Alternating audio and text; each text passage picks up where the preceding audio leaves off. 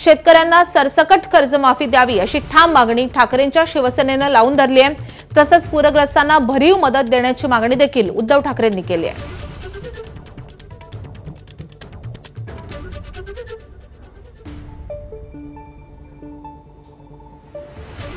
शेतकऱ्यांना जिवंत ठेवण्यासाठी जो मोर्चा आहे, शेतकऱ्यांना जिवंत ठेवण्यासाठी असलेल्या मोर्चावर अशा प्रकारच्या टीका टिप्पणी करणं हे या महाराष्ट्रातल्या पूरग्रस्त शेतकऱ्यांचा अपमान आहे।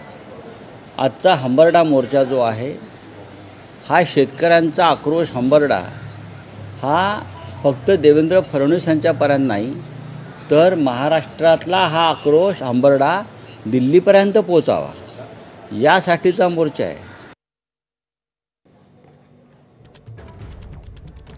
तर क्रांती चौकात मोठ्या संख्येने शिवसैनिक जमा होत आहेत। मोर्चाच्या ठिकाणाहून आपला प्रतिनिधी वेदांत नेब आपल्या सोबत आहे। वेदांत, किती वेळात